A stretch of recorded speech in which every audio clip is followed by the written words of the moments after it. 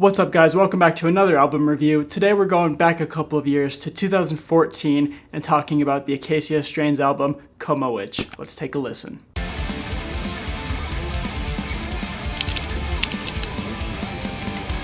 Okay guys, as you heard, we're reviewing an older album today, and why you might ask? Well, if you don't remember, I had a little contest when I hit 100 subscribers, and if you commented on this video, you got entered into this drawing, and so the winner of that contest got to pick an album for me to review, and the winner of that contest is a guy that goes by Jesus on YouTube, and he picked the Acacia Strain's Coma Witch, which again came out in 2014, and it's really good timing because the Acacia Strain have an album coming out this very month, on the 30th, called Grave Bloom. So quite the treat for deathcore fans this month. Before this album review, the only real knowledge I had of the Acacia Strain was that the vocalist Vincent Bennett did a guest spot on a Day to Remember song, and he had a cameo in their music video for All I Want, I'm pretty sure. And I've listened to a few of their tracks here and there, but nothing extensive. So I was really excited to just dive in and discover some new music. And I found me some downright dirty deathcore. Now with the background that Jesus gave me, and with going through this album, it's very evident that Vincent Bennett has a lot of aggressive and angry lyrics. They're kind of just in your face with no limitations. And I really dig that. I did find an interview where Vincent states that Coma Witch is one of his two favorite albums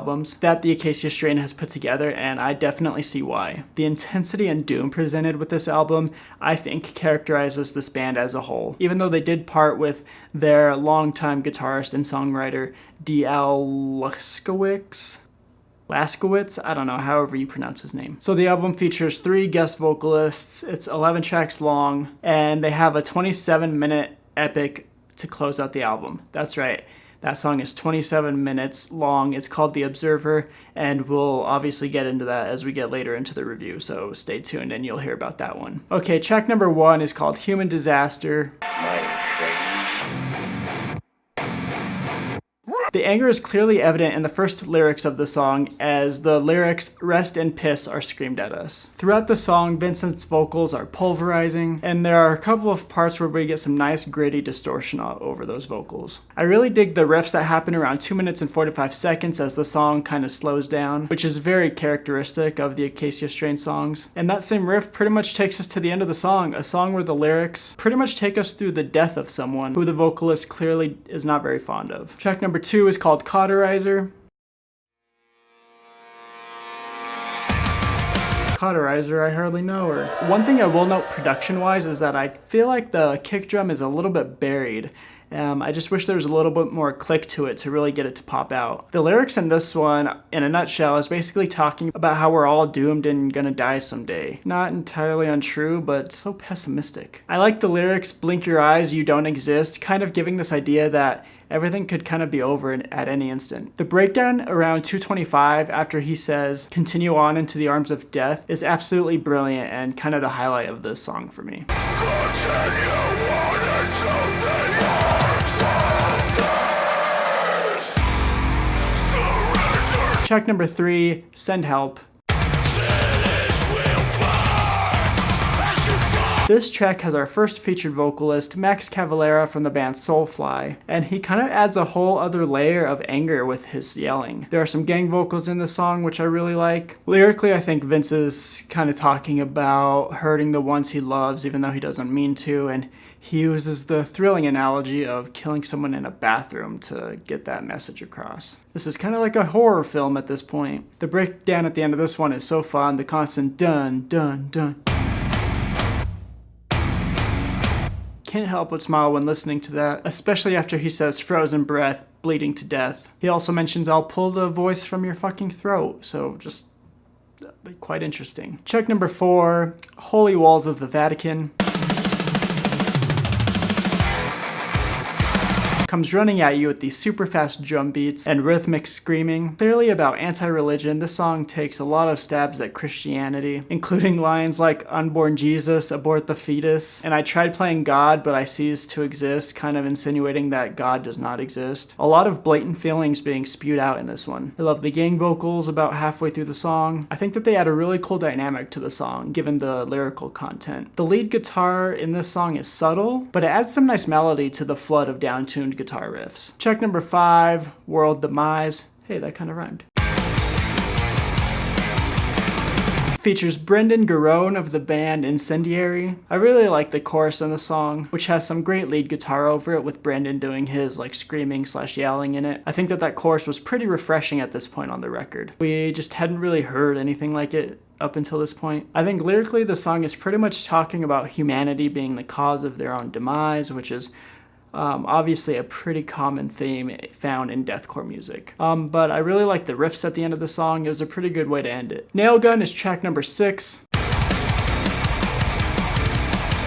Some more great lead guitar in the song, which I find to be pretty groovy. Just some more brutal drum work and vocal / lyrics. A lot of the same of what we've witnessed so far. This song seems to be talking about exposing people's real intentions and the scum that they are beneath the surface. Vincent presents these ideas with lyrics like, "Put lipstick on a pig and it's still a fucking pig," and "I cut off her beautiful face with a broken kitchen knife." It's kind of hard to explain how crazy and brutal these lyrics are without just like having someone listen to them.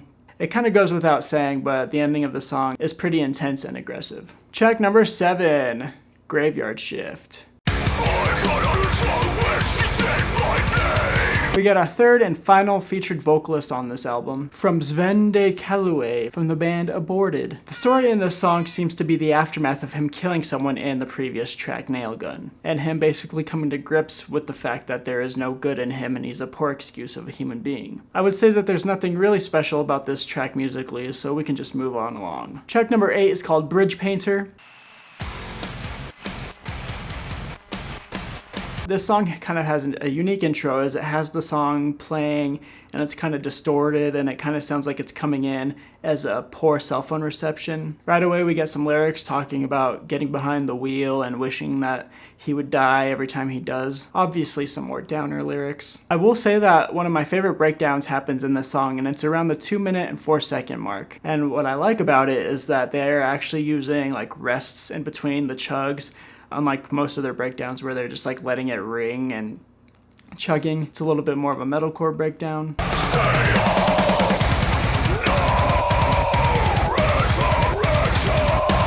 The lead up to that and the execution of the screaming with the guitar riffs behind it was an instant headbang. And they even throw on some lead guitar riffs towards the end of that breakdown. We also get a nice bleh lyric towards the end of this one. So overall, this is a pretty fun song to check out. Track number 9, Whale Shark. If I'm being honest, at this point, the album kind of feels repetitive. Not that it's bad, it's just kind of getting old at this point. This song just kind of sounds like a lot of what I've heard for the last 30 minutes or so. I will say though that when the song picks up its energy around the 2-minute and 14-second mark, I get a little bit more invested again. That guitar riff that happens really got to me and it just got my head moving again. And we get a nice "fuck this shit, I quit" gang chant, which spiced up the song a bit. DELUSIONALISPHERE is track number 10. I think I pronounced that right. Lyrically, we get some more stabs at religion with this one. We get a nice little section starting around the 2-minute mark, which is a nice little build up to the full band coming back in again after Vincent screams "Eternal Rest." This feels like one of the most doomed parts on the record as a whole, with the combination of the slower drum beat, those guitar riffs, and the subtle and widened lead guitar, providing this eerie, droning, almost like a siren, and then that eventually ends the song with a fade out. Alright, so the last track on this album is called The Observer. I would rather die.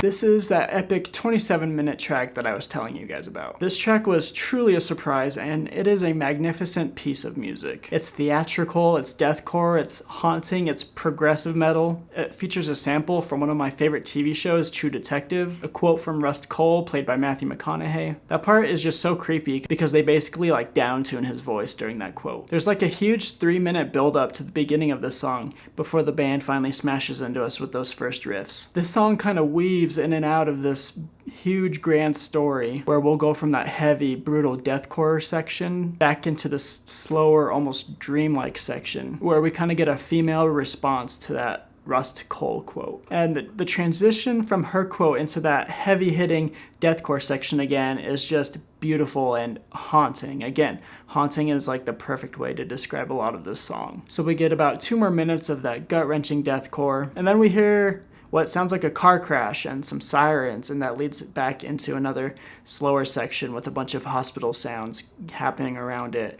No lyrics over that part, but it's still really great to listen to. Then again, back into some more great heavy sections with Vince screaming, "Give your life to the witch, surrender your last breath to the witch." And then we get one last quote from Apocalypse Now, which basically says that you need to make friends with horror and moral terror, or else they will become enemies to you. So for the last lyrics here, Vincent is basically describing being in a coma, which I'll explain in a quick little summary of the lyrics after I talk about the music of the song. We get so much of that droning siren guitar riff in the background, and it truly makes you feel like you're in a horror film. And it kind of gives a sense of just like chaos, which a lot of this song is exactly that, just beautiful chaos. The last screaming we hear on this record are the lyrics, "Bury me in a nameless grave," sung over and over again. And you can really feel the dread and terror coming from the character in this story, who has met a pretty terrible fate. And to end the song, we get something that you definitely wouldn't expect from the Acacia Strain, as we ride out on this beautiful, sad, yet hopeful sounding orchestral piece, which I think was a pretty interesting way to end it. Okay, so a quick summary of the lyrics. So the fan who submitted this album requests Jesus, and I read this online also. Essentially, the song is talking about this man who experiences sleep troubles, namely night terrors. And so the female response is basically his wife or girlfriend talking to him during or after one of these night terrors. And he has night terrors about killing her. And then eventually he wakes up in the woods after one of these terrors with blood on him, his wife's blood. So his night terrors led to him killing his wife. And as he tries to flee the scene in his vehicle, he crashes his car, which is why we hear that car crash in the song. And he doesn't die, but he's thrust into a coma. And within this coma, he basically relives the moment of him killing his wife over and over again. Now, the guy I found online who first claimed this said that he spoke to Vincent directly about this, but I have not heard or seen any confirmation from Vincent, so take that as you will. But I kind of believe it. It kind of makes a lot of sense. It's just such a riveting and disastrous story that would for sure make a great mini flick. So this song overall could probably be its own album, if I'm being honest, and I'm pretty sure the way they released it was the song was on its own disc, as like disc 2 of this album. And it's easily my favorite track on Coma Witch. It's one of those songs where you kind of get to the end of it and you're like, fuck. And then you just go on the internet and you try to find out every single little detail about that song. Again, the way they wove in and out of the heavy and softer sections and the quotes, the clean sections, it all worked so well. And I'm just really impressed by these guys that they were able to pull it off. Wow, okay, sorry guys, that last track took a while to get through, but it's a 27-minute track, cut me some slack. Overall, The Observer just outshines everything else that happened on this record. I mean, that song is pure beauty, even put up against its fellow tracks on the same record. I wouldn't even say it's like a summary of the album as a whole, it's entirely its own thing. I wish that we could have gotten some more of those clean sections on the rest of the record, although I understand that this is deathcore and that's not completely common in that genre of music. I'll admit this album kind of fell victim to repetitiveness, and I was slightly losing interest towards the end, but they just came in and killed it with The Observer. So I'd say this was a pretty good album, and I just want to thank Jesus for recommending it as an album review. And I'm definitely interested now in reviewing Grave Bloom, that again is coming out June 30th. Alright guys, well thanks for sticking with me through this review. Coma Witch from the Acacia Strain, what a banger. Thanks again to Jesus for participating in the contest, and congratulations again to him for winning. I am going to keep doing this contests as of right now at 250 subscribers, which we're pretty close to getting, and then again at 500 subscribers, and then we'll see from then on out. So keep subscribing, keep participating, and you may be choosing the next fan requested album review. Share this with your friends and hit that like button, guys. And as always, thanks guys, rock on.